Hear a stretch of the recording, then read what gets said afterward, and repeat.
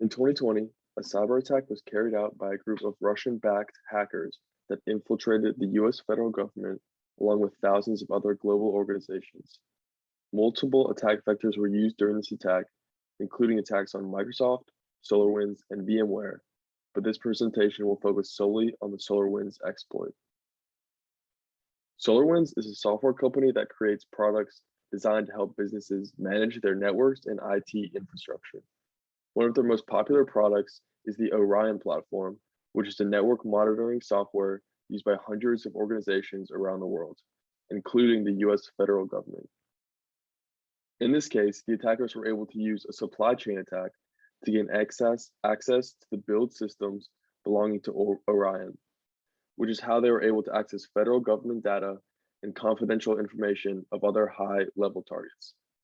Overall, the attack lasted for 8 to 9 months and penetrated thousands of organizations globally and is considered one of the worst cyber espionage incidents in US history.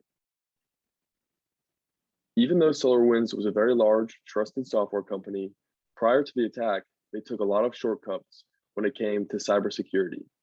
To start with, SolarWinds did not employ a chief information security officer, which is a very important position when it comes to setting and maintaining security policies for the company as a whole to follow. This lack of leadership is evident when you look at some of the glaring shortcuts SolarWinds was taking when it came to security. A great example being that before the attack, SolarWinds was advising customers to disable antivirus tools before installing some of their software. A security researcher had even warned SolarWinds that their system was not secure and was vulnerable to an attack in November of 2019. To go along with that, there was also a lack of cybersecurity leadership in the US government. At the time, they also did not have a cybersecurity coordinator ever since the position was eliminated in 2018. The US government also lacked a Senate-confirmed director of the Cybersecurity and Infrastructure Security Agency, which is the top security official in the nation. Although it is not yet confirmed and no one has taken credit for these attacks, the evidence points to the fact that it was carried out by a group of Russian-backed hackers. Russia has been connected to a breach of FireEye, a cybersecurity firm, that later led to the discovery of the SolarWinds attack. Because these attacks are shown to be connected, it makes sense that the SolarWinds attack would also be connected to Russia. The main motivation of this attack and the long-term goal of the attackers is still largely unknown because of how recently it has occurred.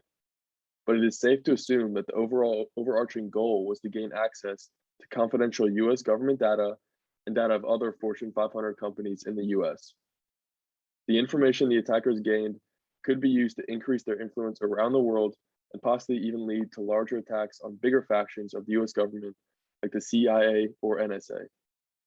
The attackers could also use this data for recruiting purposes for their organization, or even for blackmailing purposes in the future.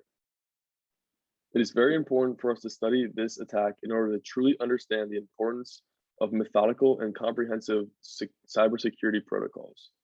There were many shortcuts that both the US government and SolarWinds took in regards to cybersecurity, and the consequences of this attack show exactly how important cybersecurity is at every level of any government or business organization.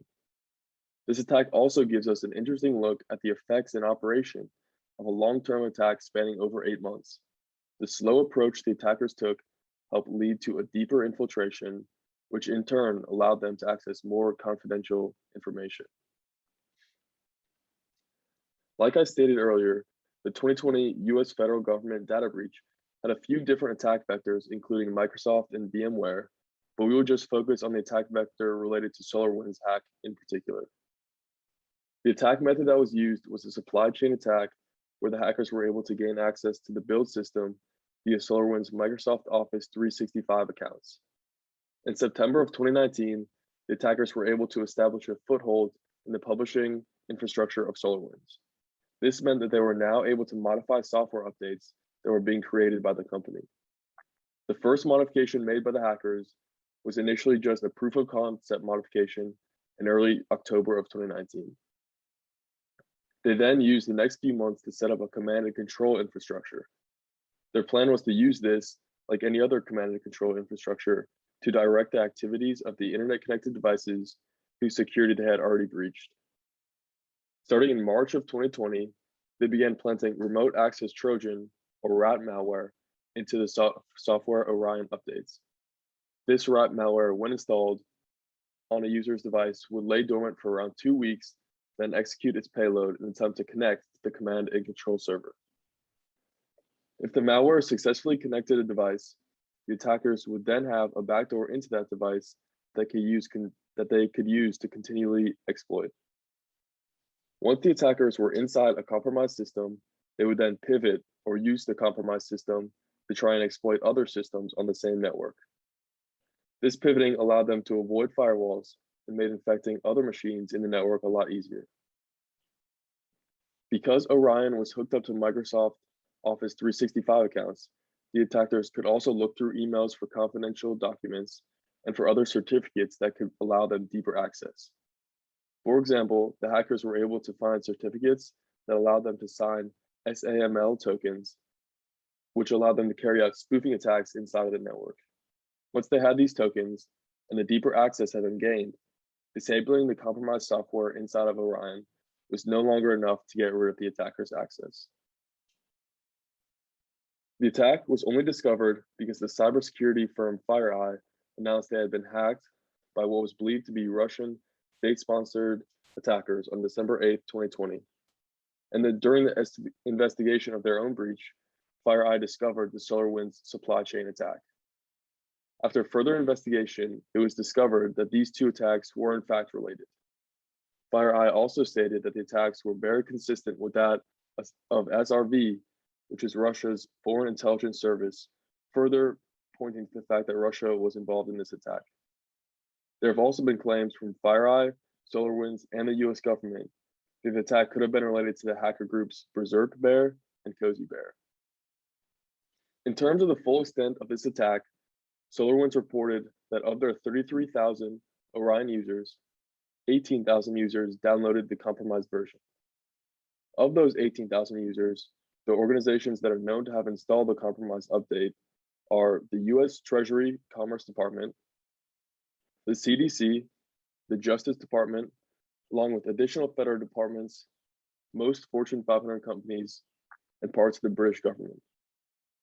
One of the biggest and most worrying exploits was the hackers' ability to gain access to the email systems used by leading officials in the Treasury Department.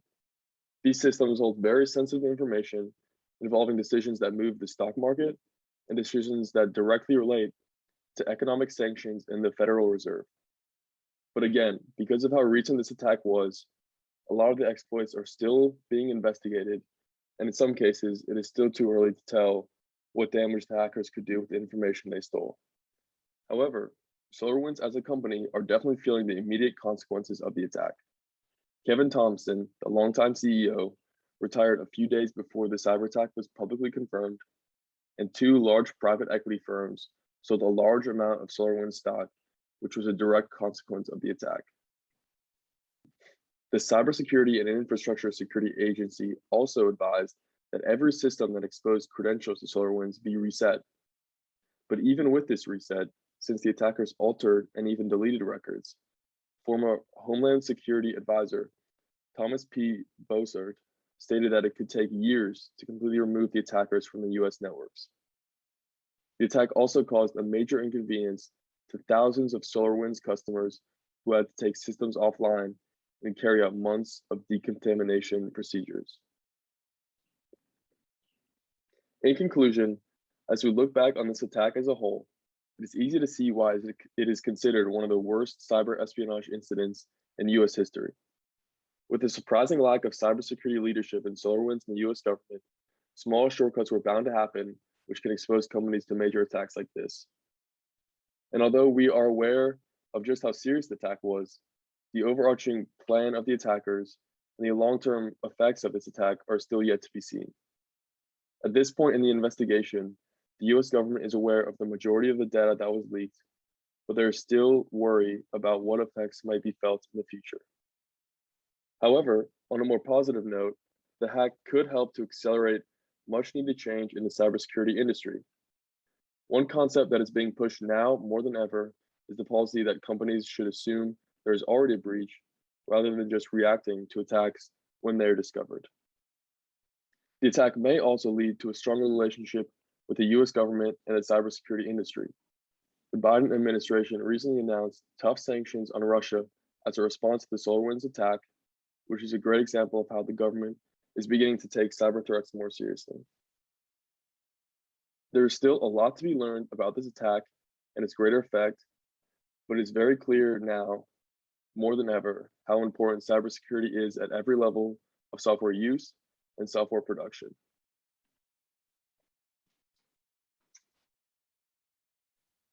The two questions I would like to leave you with in order to test your knowledge of security concepts are: one, once the attackers gained access to the system, why was the firewall no longer effective? And why did the attackers set up a command and control infrastructure? And how are these useful to an attacker? Thank you.